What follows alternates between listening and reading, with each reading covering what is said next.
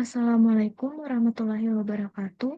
Perkenalkan, nama saya Karlina Puspita Nur dengan NIM D0412111104 dari Departemen Teknik Elektro Angkatan 2021.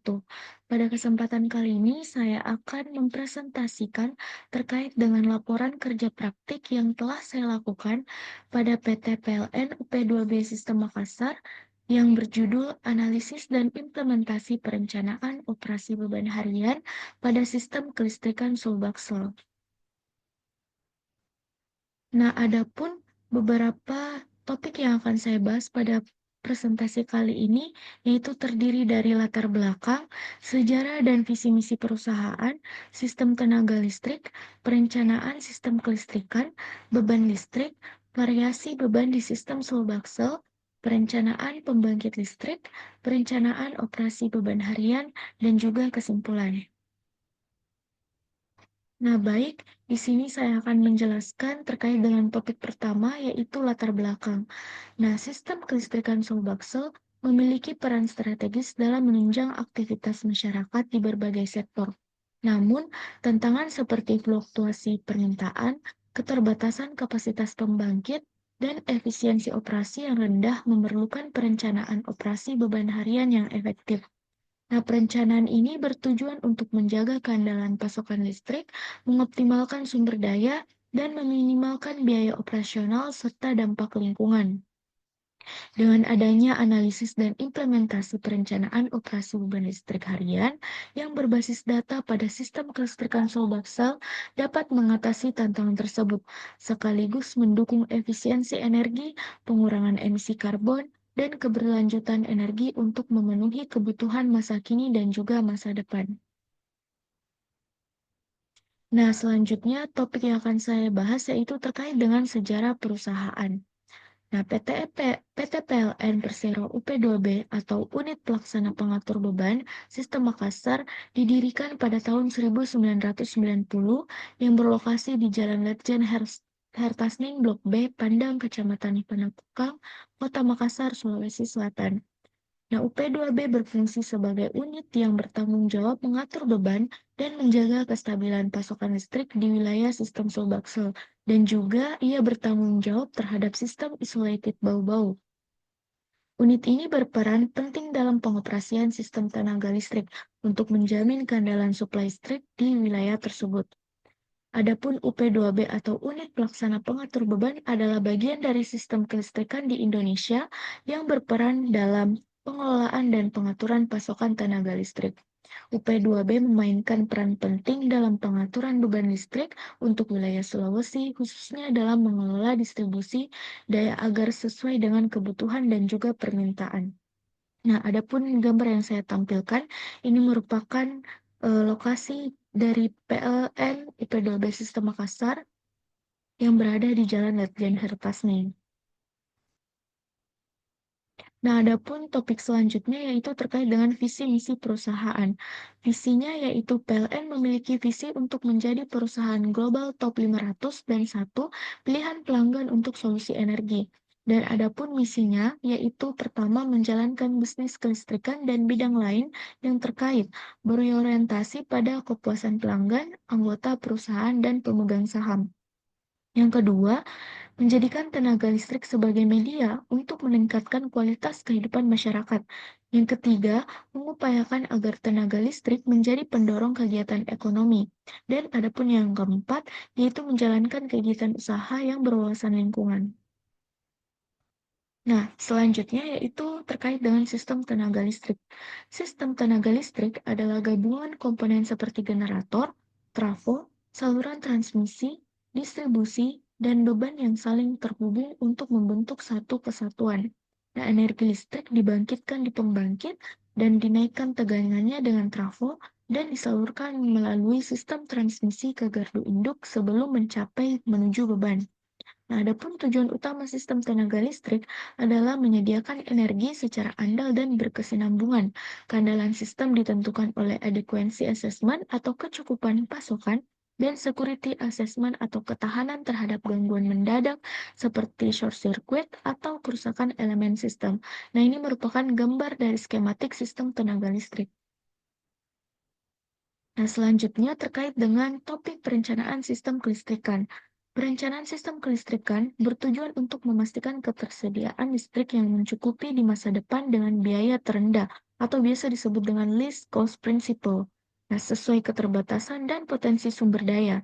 Prioritas pengembangan pembangkit dipengaruhi oleh pertumbuhan beban dan juga kondisi sistem existing, seperti jumlah unit, kapasitas, jenis pembangkit, keandalan bahan bakar, dan juga biaya investasi. Nah, pengembangan pembangkit mencakup kapasitas tambahan, waktu masuk sistem, jenis bahan bakar, dan analisis finansial.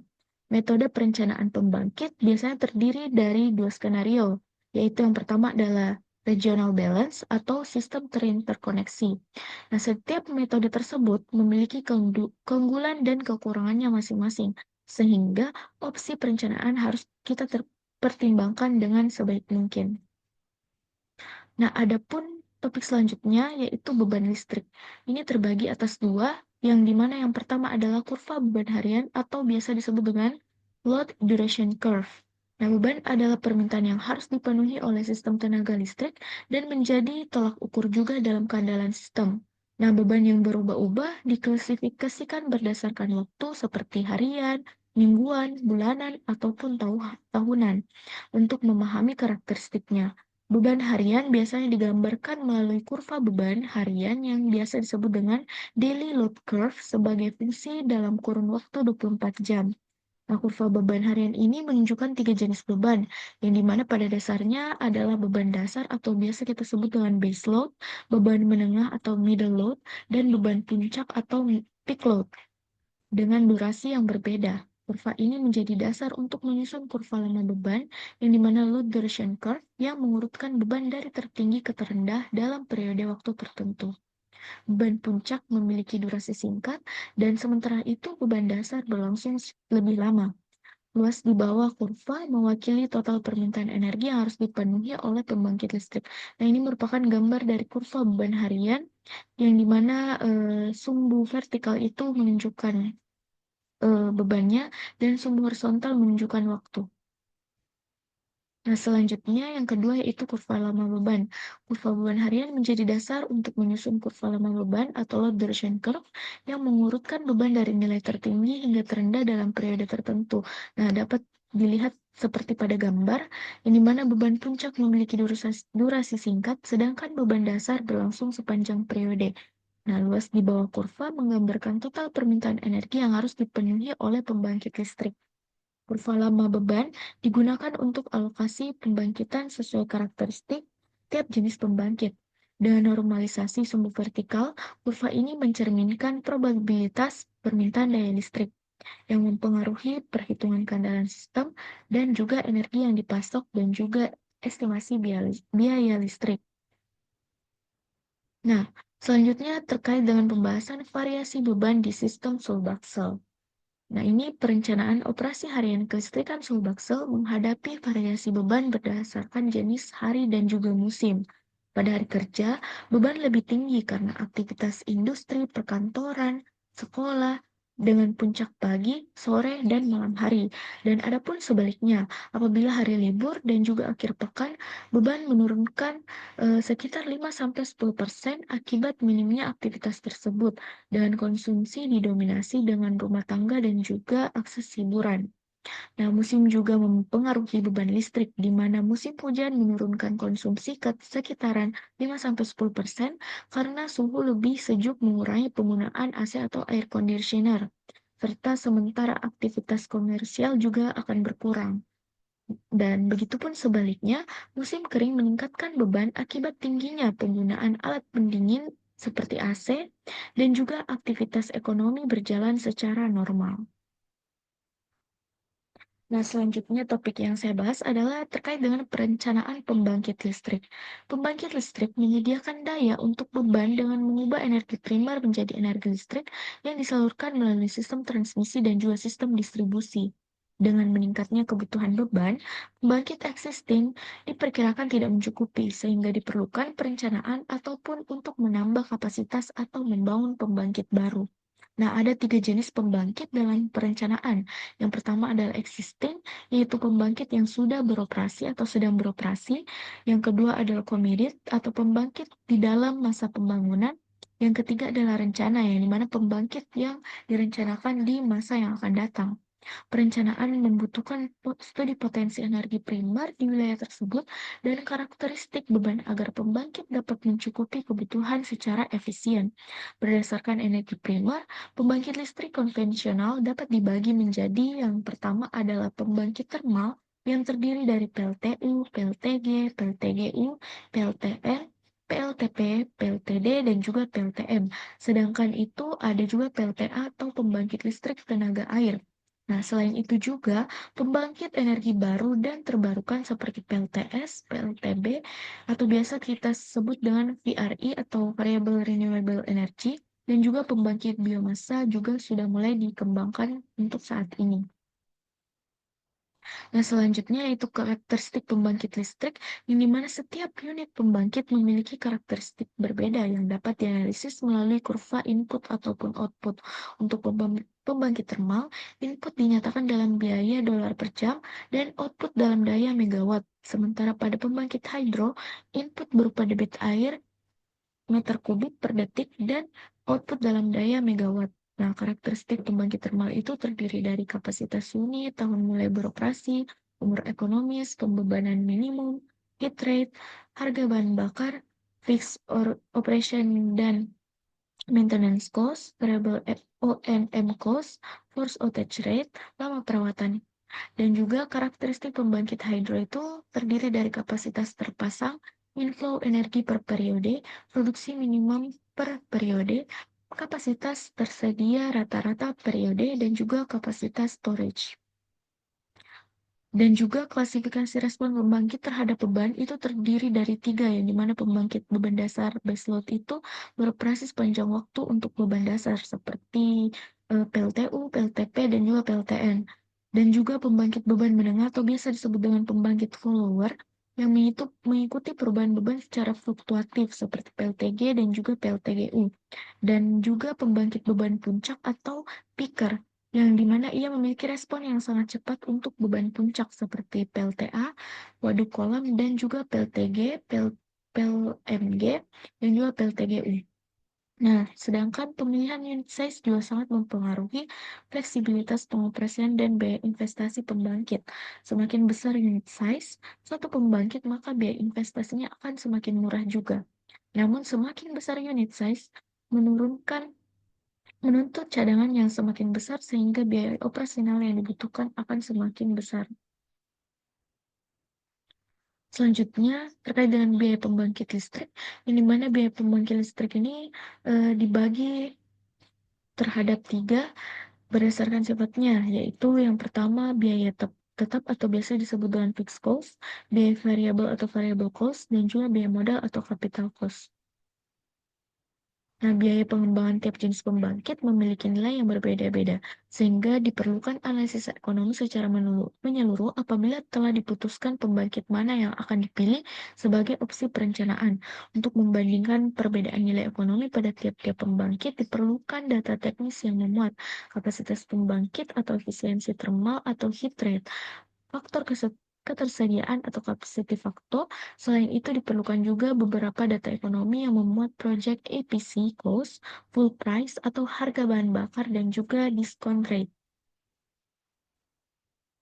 Nah, selanjutnya kita beralih ke topik utama pada presentasi kali ini, yaitu perencanaan operasi beban harian, yang dimana dalam melakukan perencanaan operasi beban harian sistem kelistrikan Sulbaksel itu diperlukan beberapa kebutuhan data agar dapat melakukan perencanaan ini.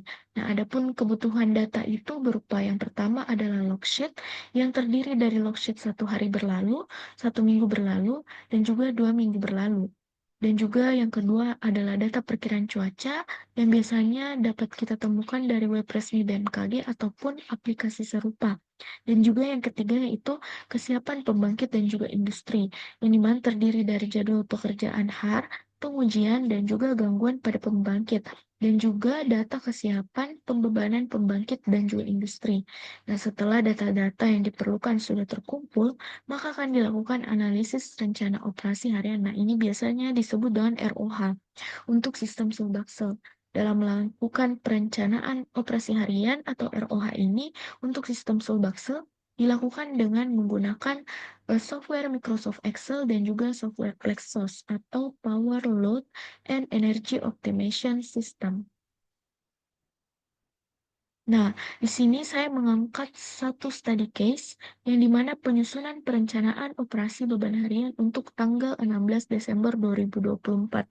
Nah, tahap-tahap penyusunan rencana operasi harian untuk pembebanan tanggal 16 16 Desember 2024 ini dimulai dari menyiapkan data yang diperlukan untuk pembuatan ROH pada tanggal 16 Desember 2024. Seperti yang saya jelaskan sebelumnya, ini itu terdiri dari 3, yang dimana log sheet dan juga data perkiraan cuaca, serta yang ketiga itu data kesiapan pembangkit. Nah, yang kedua yaitu lakukan penginputan data pada Microsoft Excel pada logsheet Quiet Bucket. Nah, dalam logsheet Quiet Bucket ini mencakup data beban 1 minggu dan juga 2 minggu selama 24 jam dari pukul 00.30 hingga 24.00 yang telah berlalu untuk hari yang sama pada pembuatan perencanaan yang akan dibuat. Nah, sebagai contoh, pada pembuatan perencanaan operasi harian tanggal 16 Desember 2024 yang jatuh pada hari Senin lalu, maka data beban yang dijadikan acuan adalah hari Senin pada 1 minggu yang berlalu, yaitu 9 Desember 2024, dan juga hari Senin pada 2 minggu yang berlalu, yaitu 2 Desember 2024. Nah, pada logsheet Quiet Bucket ini juga mencakup data prediksi beban, data perkiraan cuaca, data konsumen seperti contohnya itu Tonasa, Bosowa, dan juga Huadi, seperti serta kurva beban untuk prediksi beban pada tanggal 16 Desember, 1 minggu berlalu atau 9 Desember, dan 2 minggu berlalu atau 2 Desember. Nah, ini merupakan gambar dari logsheet Quiet Bucket, seperti yang telah saya jelaskan sebelumnya, yaitu mencakup beban pada 16 Desember, dan juga beban 1 minggu berlalu pada 9 Desember, dan juga beban 2 minggu berlalu pada 2 Desember, dan juga mencakup perkiraan cuaca dan juga data industri, konsumen industri. Nah, selain itu, pada Quiet Bucket juga terdiri dari kurva beban. Nah, ini merupakan gambar dari kurva beban pada tanggal 2, 9, dan 16 Desember 2024. Nah, pada warna hitam itu menunjukkan kurva untuk prediksi beban. Dapat kita lihat ia berada di tengah-tengah, dan juga yang berwarna merah itu merupakan prediksi beban pada 1 minggu lalu, yaitu pada tanggal 9 Desember 2024, dan yang berwarna hijau itu prediksi beban pada 2 minggu lalu atau 2 Desember 2024. Nah, ini merupakan data perkiraan cuaca pada tanggal 16 Desember 2024 menurut BMKG. Ini juga dapat kita akses selain BMKG, selama itu merupakan aplikasi serupa aplikasi perkiraan cuaca. Ini dianalisis dari 18.00 WITA, 19.00 WITA, 20 WITA, hingga 23 WITA. Nah, selanjutnya ini merupakan data kesiapan pembangkit. Ini saya mengangkat salah satu contoh data ketersediaan daya harian dari pembangkit UP Bakaru untuk tanggal 16 Desember 2024. Nah, jadi setiap pembangkit yang akan menyuplai UP2B yang akan mengirimkan energinya, mereka harus mengirimkan email yang berisi dengan data ketersediaan pembangkit mereka untuk menyuplai energi. Yang dimana PLTA Bakaru itu mampu menyuplai sekitar 126 MW, PLTN Sawito 0,700 MW, PLTA Bili-Bili mampu menyuplai 14,20 MW, dan juga PTLM Mamuju mampu menyuplai 0,500 MW. Nah, di sini mereka memaparkan tiap waktu, yang di mana periode 24 jam dari pukul 1 hingga pukul 24. Nah, step selanjutnya yaitu setelah melakukan penginputan data pada Logsheet Bucket pada Microsoft Excel, dilanjut dengan penginputan data pada Plexos. Nah, untuk melakukan run menggunakan software Plexos, lakukan login terlebih dahulu untuk menggunakan akun yang tersedia. Nah, setelah itu, setelah melakukan login pada Plexos, dilakukan tahapan membuat proyek baru atau membuka proyek yang sudah ada. Kemudian menentukan periode simulasi, yang dimana simulasinya itu harian kah, mingguan, ataupun bulanan, serta resolusi waktu seperti dapat kita pilih 30 menit ataupun 1 jam. Dikarenakan perencanaan yang akan dibuat bersifat harian, maka opsi yang dipilih adalah harian dengan resolusi waktu per 30 menit. Dan step selanjutnya yaitu adalah input data ke dalam Plexos yang meliputi data beban listrik dari Logsheet, kesiapan unit pembangkit yang terdiri dari PLTM, PLTU, PLTGU, PLTA, PLTS, PLTB, dan juga PLTD atau PLTG. Nah, ini yang saya maksud adalah semua pembangkit ini mengirimkan data kesiapan pembangkit mereka seperti contoh yang sudah saya paparkan tadi sebelumnya dari UP Bakaru. Nah, serta data berupa memasukkan batasan operasi seperti jadwal pemeliharaan mereka, melepas kontak energi, dan ketersediaan bahan bakar.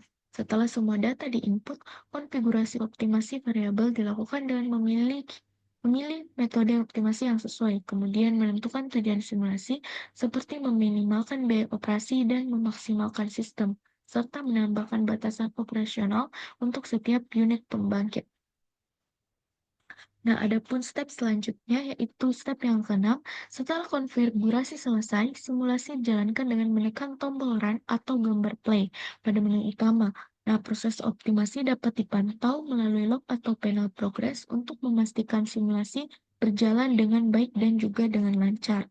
Nah, adapun step terakhir yaitu setelah dilakukan run, hasil simulasi akan muncul dengan memperoleh data. Di sini ada beberapa data yang dihasilkan dari hasil run tadi, yang dimana data berupa ROH pembangkitan sistem Sulbaksel per 30 menit dalam 24 jam untuk periode 16 Desember 2024. Nah, ada juga neraca daya harian, komposisi pembangkitan per jenis pembangkit, load flow sistem interkoneksi Sulbaksel dan juga Sultra, grafik beban pembangkitan sistem Sulbaksel, dan juga rencana harian pekerjaan penyaluran dan juga pembangkitan. Nah, di sini untuk hasil harian ini akan saya jelaskan pada slide selanjutnya. Nah, hasil harian yang pertama itu adalah rencana operasi harian pembangkit sistem Sulbaksel per 30 menit dalam 24 jam periode 16 Desember 2024. Nah, di sini mungkin agak kurang jelas, namun saya sudah lampirkan pada laporan saya. Di sini terdapat beberapa jenis-jenis pembangkit yang dimana mereka akan menyuplai energi dengan periode waktu dari pukul 1 hingga 24, yang dimana ini merupakan periodenya itu 24 jam. Next itu masih tentang rencana operasi harian pembangkit sistem Sulbaksel per 30 menitnya dalam kurun waktu 24 jam untuk periode 16 Desember 2024. Nah, masih dengan slide sebelumnya dan juga di sini terdapat penambahan diagram lingkaran yang membahas tentang rata-rata rencana pembebanan PLTA Poso, PLTU Sengkang, dan juga pembangkit-pembangkit lainnya. Untuk slide selanjutnya masih tentang rencana operasi harian pembangkit sistem Sulbaksel per 30 menit dalam 24 jam periode 16 Desember 2024. Nah, hasil run selanjutnya yaitu terkait dengan neraca daya harian untuk periode 16 Desember 2024. Di sini mencakup neraca daya yang dimana terkait dengan DMP, beban sistem, cadangan, dan juga status. Dapat kita lihat bahwa statusnya itu normal dan juga pada neraca daya harian ini yang berwarna hijau itu ditandai dengan beban sistem dalam satuan megawatt dan juga berwarna kuning ini ditandai dengan cadangan dalam satuan megawatt, berwarna hitam ditandai dengan defisit dalam satuan megawatt dan juga berwarna biru itu ditandai dengan beban sistem dalam satuan megawatt. Nah, karena pada gambar neraca ini tidak terdapat warna hitam, berarti tidak terdapat defisit pada perkiraan 16 Desember yang telah kita buat. Pada sumbu vertikal itu menunjukkan beban, dan juga pada sumbu horizontal itu menunjukkan waktu dari pukul 00 hingga pukul 23 dalam kurun waktu 24 jam. Nah, ini hasil run selanjutnya, yaitu komposisi pembangkit per jenis pembangkit.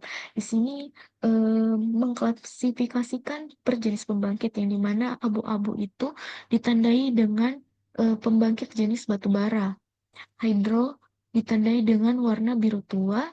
Pembangkit load flower seperti PLTA Poso dan juga PLT Malaya itu ditandai dengan biru muda, atau biasa disebut dengan pembangkit piker, dan juga berwarna orange itu ditandai dengan pembangkit jenis natural gas. Berwarna kuning itu ditandai dengan VRE atau Variable Renewable Energy, yang ditandai dengan warna kuning, atau solar dan wind, yang dimana pembangkit ini merupakan PLTS ataupun PLTB. Nah, yang berwarna coklat ini ditandai dengan pembangkit jenis diesel, dan juga yang berwarna biru tua ditandai dengan total dari komposisi pembangkitan per jenis pembangkit. Nah, hasil running selanjutnya yaitu menampilkan load flow, sistem interkoneksi, Sulbaksel, dan Sultra. Nah, jadi gambar ini merupakan gambar load flow dari sistem interkoneksi antara Sulbaksel, Sulawesi bagian selatan, dan juga Sulawesi Tenggara. Nah, adapun hasil running selanjutnya itu menampilkan grafik beban pembangkitan sistem Sulbaksel. Nah, ini terdiri dari dua pengklasifikasian, yang dimana yang berwarna merah merupakan rencana beban pada 16 Desember 2024 yang telah kita buat untuk 16 Desember ini. Dan adapun untuk yang berwarna biru itu merupakan realisasi beban 9 Desember 2024. Ini membandingkan antara satu minggu sebelumnya. Nah, di sini dapat kita lihat pada sumbu vertikal itu menunjukkan beban dalam satuan megawatt, dan sumbu horizontal itu menunjukkan waktu dalam satuan pukul dari 00 hingga 22.30. Nah, apabila kita menganalisa grafik beban ini, gambar pada pukul 7 pagi itu untuk rencana pada 16 Desember itu mencapai 1.297 megawatt, dan juga pada realisasi beban pada 9 Desember itu mencapai beban 1.278 megawatt.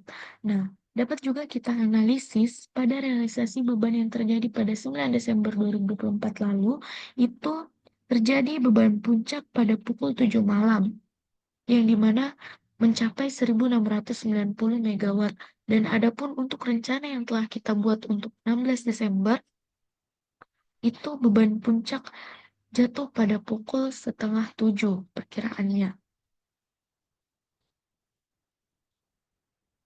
Nah, adapun hasil running yang terakhir yaitu rencana harian pekerjaan penyaluran dan juga pembangkitan.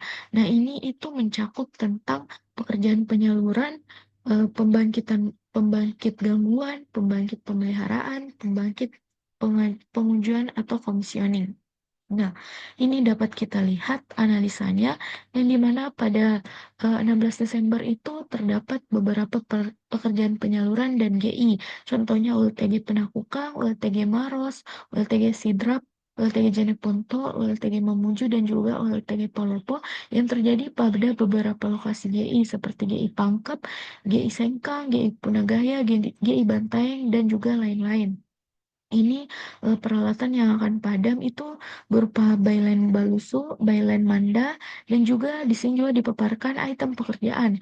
Nah, perbaikan apa yang dilakukan seperti perbaikan interlock, penggantian isolator korosi.